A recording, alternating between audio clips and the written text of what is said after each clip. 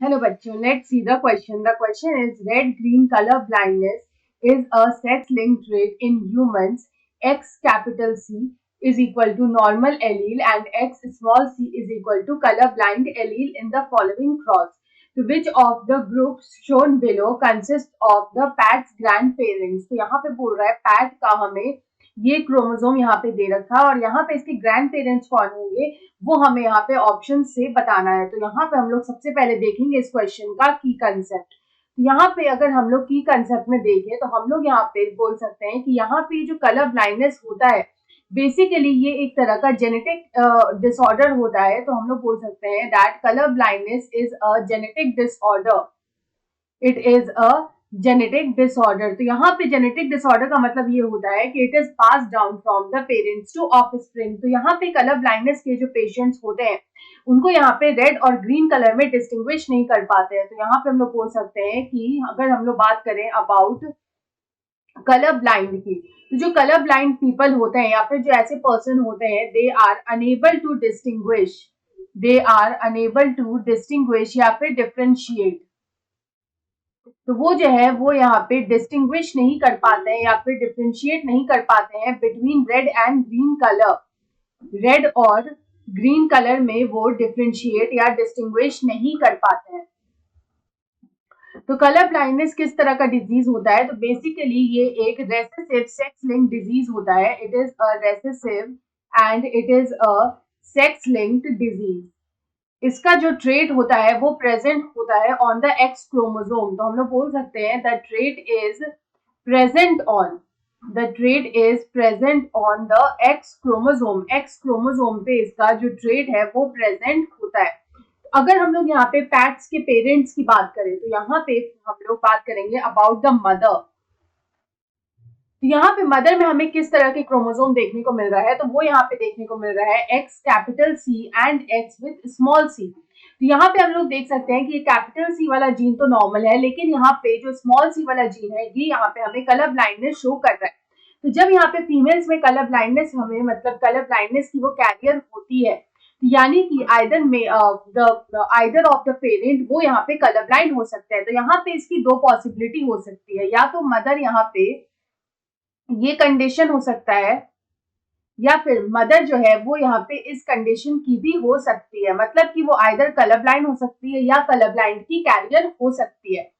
अगर हम लोग यहाँ पे फादर की बात करें तो यहाँ पे जो फादर है वो यहाँ पे नॉर्मल नहीं होंगे, वो 100% यहाँ पे कलर ब्लाइंड ही होंगे, क्योंकि यहाँ पे जो एक्स जीन है वो यहाँ पे जाएगा। तो यहाँ पे ये कलर ब्लाइंड हो सकते हैं या फिर ये यहाँ पे कैपिटल सी विथ नॉर्मल भी हो सकता है। तो हो सकता है ये जीन यहाँ पे फादर से आया हो और ये जीन यहाँ पे मदर से आया हो। तो यहाँ पे ये दो पॉसिबिलिटीज निकल के आती है कि आइदर यहाँ पे ये पॉसिबिलिटी हो सकता है या फिर ये पॉसिबिलिटी हो सकता है। तो यहाँ पे अगर हम लोग देखें, क्योंकि पैट यहाँ पे जो नॉर्मल है, पैट इज नॉर्मल, तो यहाँ पे अगर हम लोग बात करें अबाउट पैट के क्रोमोसोम की, तो पैट जो है वो यहाँ पे नॉर्मल है और यहाँ पे उससे वाई क्रोमोसोम, तो वाई क्रोमोसोम जो है वो ऑलवेज यहाँ पे मेल से यानी कि फादर से आएगा।